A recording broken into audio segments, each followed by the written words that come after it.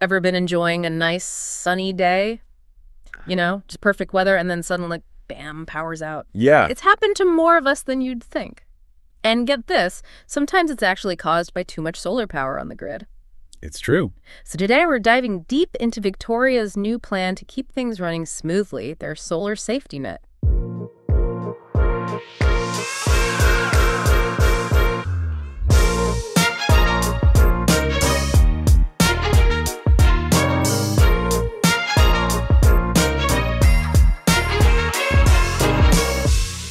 It's a really interesting challenge we're facing. More and more people are switching to solar, which is great, but we need to make sure the grid can handle it. Right. So before we get into the safety net itself, can you explain this whole too much sun problem? What's actually going on? Sure. So on those really bright, sunny days when everyone's solar panels are going full blast, the grid can actually get overloaded with more power than it can use right at that moment. And all that excess energy, well, it can cause some issues, instability, voltage fluctuations, you name it. It can even lead to blackouts. Wow, so it's like a power surge, but in reverse. Exactly. And that's where Victoria's emergency backstop comes in. Basically, it's a way to kind of fine-tune the amount of solar energy flowing into the grid, especially during those peak production times. Okay, so how does that actually work? What does it do? In simplest terms, it can remotely reduce or even temporarily shut down solar panel output if there's a risk of overloading the system. Think of it like a pressure release valve for the grid. That's amazing. They can just do that remotely. Yep, pretty cool, right? So it's like a safety valve for the whole grid.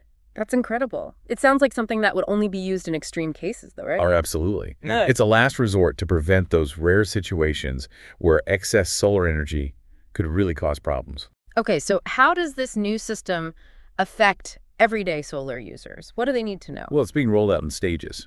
Larger systems, those over 200 kilowatts, have actually already been covered since last October. But coming up on October 1st of this year, it'll apply to small and medium solar setups as well. So if you've already got solar panels, you're good to go. But what about folks thinking about going solar after this October 1st deadline? What should they keep in mind? A couple of things. First, you'll need an inverter that can be remotely managed.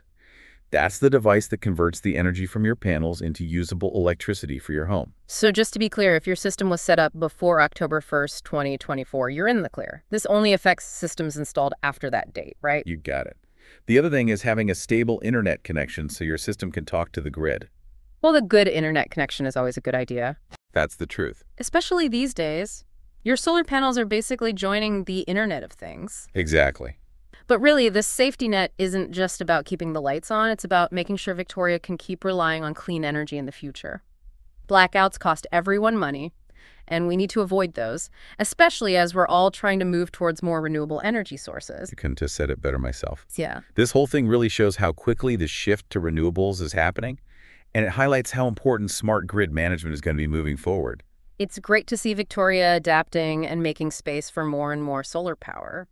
So where do you see this leading in the next few years?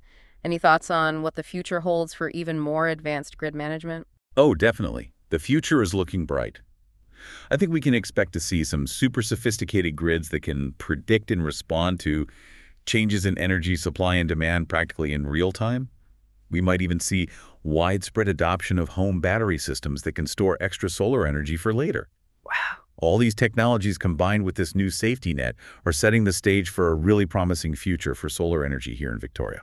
It really makes you think, how will these systems and others like them shape the future of energy tech? It's something we should all be thinking about. Thanks for the insights. Of course, happy to be here.